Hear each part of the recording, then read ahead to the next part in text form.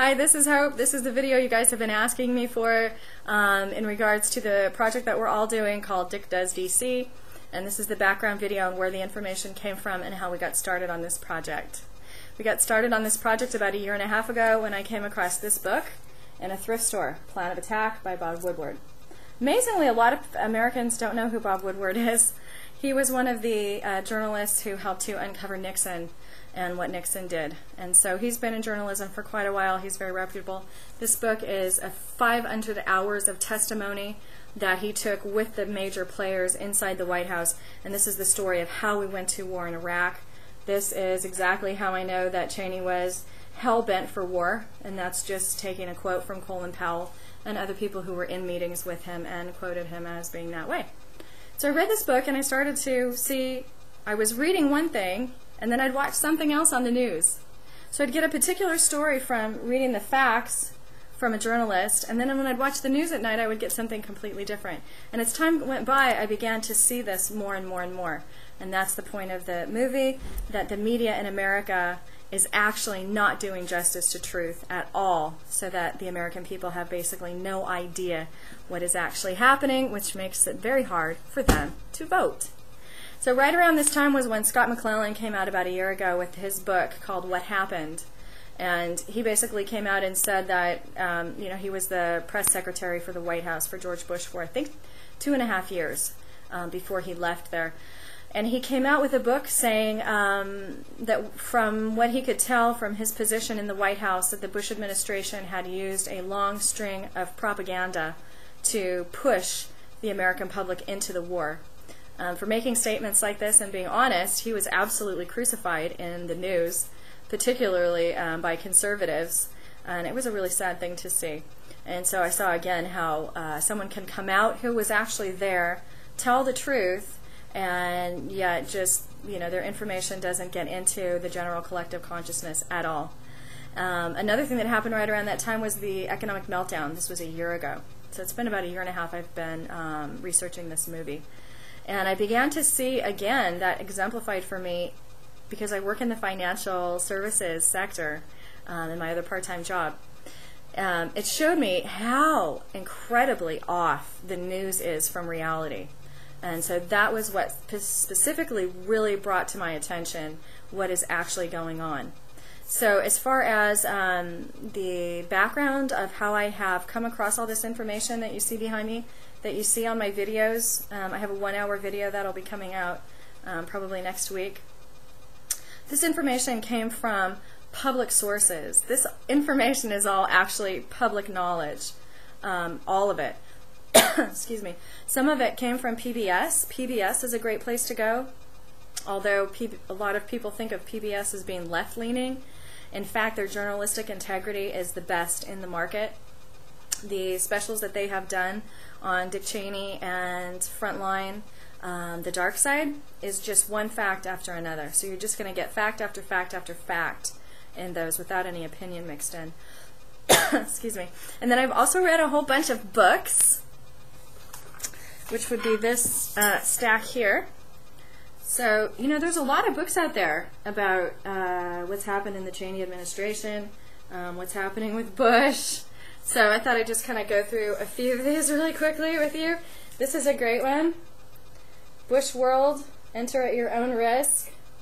This basically goes through, this is a gal from the New York Times. This goes through how the Bush administration has specifically affected each and every one of us. The Bush Dyslexicon, Observations on a National Disorder. This is probably the most left-leaning book that is in this stack. But it's really good about spin and how the media has completely ignored fact. I've got to go a little faster. Imperial Hubris was written by someone in the government. It's anonymous, but I'm pretty sure the guy actually came out later. Why the West is Losing the War on Terror. This is specifically about why the attacks happened, what they're thinking. This is The Age of Sacred Terror. This is the best. This is my favorite of the stack. This was written by the two directors of the White House's counterterrorism program. which basically, you know, they had warned Bush before we went into Iraq that going into Iraq was actually going to break the back of our counterterrorism program. And so Bush actually knew that. He absolutely knew that it was not the best idea. Wonder why he did it. So here is Rise of the Vulcans. These are the 6 main players. They actually named themselves the Vulcans after, I think it's the god of iron. There's a statue in some place that they liked. So this is about all 6 of them, how they rose to power from the very beginning, what their backgrounds were, all the way back into the 60s. Rogue Nation is something that everyone should read. Rogue Nation is what we used to call a nation that was kind of run amok. Now our allies are even calling us a rogue nation because we refuse to participate with any other country on any treaty or anything else. And that really goes to the Project for American Century ideal of American global omnipotence, which sounds great to you if you're an American. Oh yes, we want to have global omnipotence. We just forget how much it's going to cost us in blood, in favor, and in money to try to be the entire world's police. Maybe this says definitely not the best way to go. This is Wake Up Call. This is The Political Education of a 911 Widow. This is a fantastic book. This woman was trying to get the truth out in the press, and it's a very, very sad story. All the President's Spin. George W. Bush, The Media and Truth. That's a good one. It's not one I spent a lot of time on. This one's great. Joseph Stiglitz. Globalization and its discontents. You know, I'm sure you guys all know who Joseph Stiglitz is. This is specifically about creating world global markets, which was something that we wanted to do. So those are some of the books that have gone into this. Here's a really good example of the holy rhetoric war that we're in right now. Oh, I forgot one. Sorry. This is one of the best ones. This is Against All Enemies, Inside America's War on Terror. This is Scott McClellan's, no, I'm sorry, Richard Clarke's book.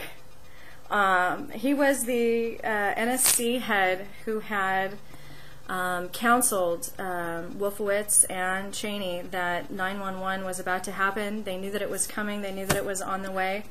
I didn't catch it ahead of time, but I wish I had got the quote I could read right now. When they were trying to convince Cheney and co. that bin Laden was coming, and all they were told was no, bin Laden is no problem, everything is a problem in Iraq, and Iraq is the only problem. So that's a little bit of the background. Again, all of the information that is in the videos, just so everyone knows, is completely public knowledge. I realize completely that many, many conservatives are not aware of this. I realize completely that even though I say public knowledge, that just simply means it's not hard to find. It's not conspiracy theories where you have to go, you know, searching off in corners. This is stuff that's on. If you want to go to Wikipedia or if you want to go to any historical database through your college, all of these facts are in there. And the movie will just simply be the telling of the facts from beginning to end, sort of in a list style, and then showing how, because Americans absolutely have no clue what Dick Cheney did, it really proves that the media is completely tied up and we are in a very serious and dangerous pickle right now. If you think about the fact that, and this is again just a public knowledge, I mean, Dick Cheney has said this himself. For instance, in the Gulf War, when he was Secretary of State, he advised the first Bush not to try to get congressional approval for going into the Gulf War, and he said if they didn't approve of it, they would just go anyway. So if you mix supreme power of the presidency with omni-global power and a military who is raring to go and make profit for corporations, you can see you're going to have a little bit of a problem.